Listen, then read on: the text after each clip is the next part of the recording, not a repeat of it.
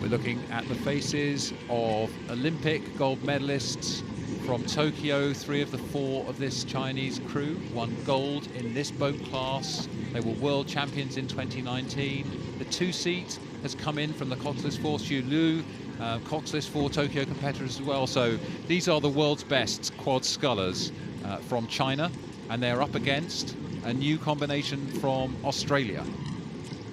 Look at that focus. You've got to raise your game to beat the Olympic champions. This is the moment of calm that precedes the storm that is the race.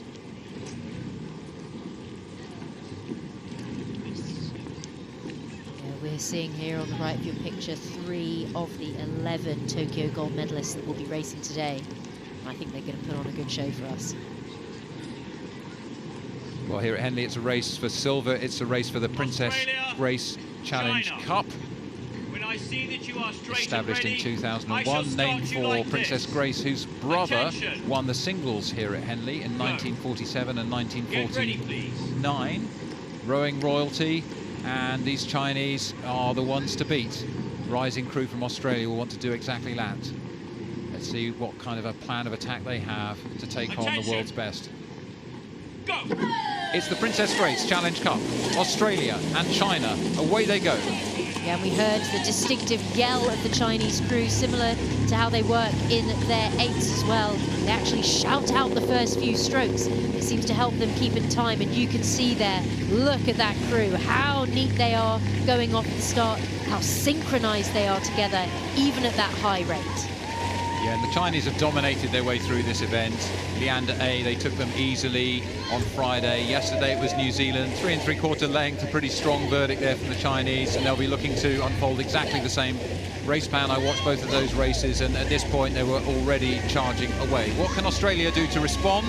They're going to expect the Chinese to be fast. They've got to be at their most dynamic here. Yeah, we can see that yellow stripe down the legs of the Australian crew. 4 pairs of legs really working together. 2 bronze medalists from Tokyo here in the women's quad, and 2 new athletes into this crew, but already they look like they are going to be no match for this crew from China on the right-hand side of the picture. Beautiful conditions here, 37 strokes a minute each boat, so it's stroke for stroke. But at the moment, the same number of strokes by the Chinese have put them, well, a few meters down the course further than the Australians already. And there we see the super focused, super experienced Chinese quad sculls. 3 of them gold medalists, as you said, 1 dropping in from the Coxless 4. And look at that. You can see everything moving together. This is a fantastic display of quality sculling here from this Chinese crew. 3 of these athletes, like we've said, from Tokyo, 3 who won the Princess Grace here in 2019. Will that established unit pay off here now as we move into the middle part of the course, where you just need to make every single inch count? I think the Australians might have actually come back a little bit now from that slower start. Still pretty much stroke for stroke in terms of the rate. Maybe the Australians just edging it, but we can see again another great display of quality sculling here from this Australian crew. Very hard to call it technically between these 2 crews. You can see Tara Rigney sitting at bow, having a glance across. Where are the Chinese? That means they're just slipping out her field of vision as she calls their crew to attack again. You need to really stay on terms, don't you, in this second quarter of the race. Losing overlap here can be very, very difficult to respond to, and so it's everything the Australians need to do right now. Don't wait until later. You've got to start doing it now, haven't you? Yeah, absolutely. You don't want to give too much distance. Mind you, we've seen some brilliant races already this morning where we thought crews were out and they've come right back, and that's what Henley is so special for. It's for making those moments where the form book does get overturned. And you would say that the Chinese are ahead on that front. Rowing Australia raced in Poznan as well, where the Chinese won and they came 4th there. There has been 1 change to that crew. So will that seat change be enough to let them overturn the Chinese here? And they put themselves right back in contention now. Yeah, we see through all of these open events, they're a perfect opportunity to really test new combinations to refine the crews as they come towards the World Championships. And of course, we're in the first of a shortened 3-year Olympic cycle now. So this is where you start to try to establish the core of the crews that you want to go through to compete in Paris. And it looks to me like the Australians, well, they've found a rather easier, perhaps a bit more efficient rhythm than that start phase, and they're sculling really pretty well. So 2 top-class quads at the top of their game, competing at the top of our programme as we go into lunch here at Henley Royal Regatta. The Chinese have not been too bothered by opposition to date. Leander and New Zealand went down to the Chinese quad machine here, the gold medalists. They're starting to come together a bit, Zoe.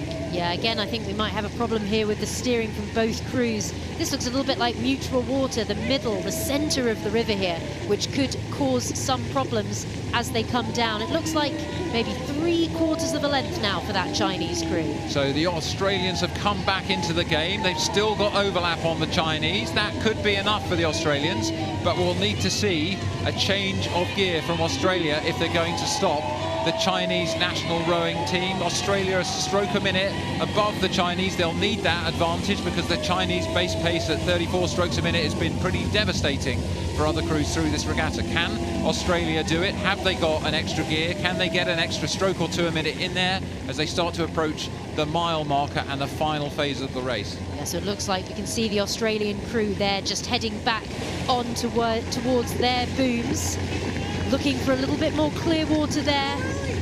You can hear them shout to each other, encouraging each other on. This Australian crew is building through their European season onto the World Championships again in September, but will that established unit from China be able to continue holding them off? Yeah, you want to be unbreakable in a crew like this, don't you? Whatever conditions, whatever competitors throw at you, you want to know that you've got the confidence to be able to respond. And I think the Chinese just look so calm, don't they? Every time they row down this course, they just like they're totally in control of the boat and they're totally in control of the race. But Australia have inched back a bit further, I think, as we come to the enclosures. The crowds will be yelling this final race before lunch on the biggest ever Henley Regatta. It's China, Australia. China have led all the way down the track, and now we're coming to the mile and the 8th and the last 400 metres of the course. Yeah, these Chinese women are going to have one eye on that trophy. This trophy that 3 of them have won before. They are going to want to join their men's quad, who we saw earlier today winning in the Open men's event. Can they hold off this charge now? It's starting to look a tiny bit ragged in that Chinese crew, which is something I haven't really seen from them before. You're absolutely right. They've been pressed by these Australians more than anyone else has pressed them. The Australians came through the other side of the draw quite well, and now it's China under pressure with Australia starting to stray towards the booms there. They need to correct that because they don't want to waste any time, as this charge needs to be efficient. It needs to be the final charge from Australia. That looks treacherously close to those booms there from Australia, and I think that has given China the opportunity to relax back out and hold this off. But here come Australia. Can they put themselves back on terms now? Top class quad sculling from 8 women at the top of their game, coming to Henley Regatta. Here come the Chinese. They've dominated the event, but the Australians really took it to them. Overlap at the finish. That's the closest the Chinese have been chased by anybody. Wow.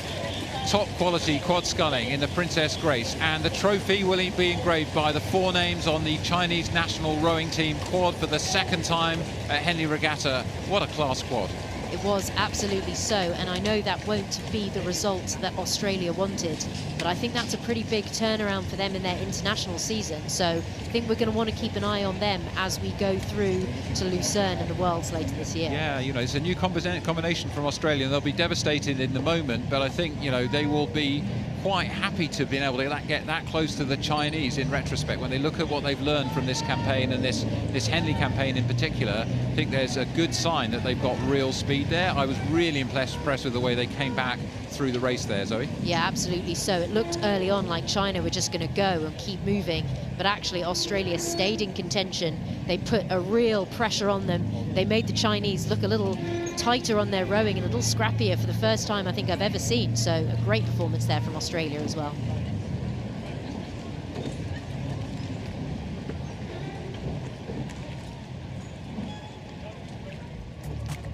It's finals day at the biggest ever Henley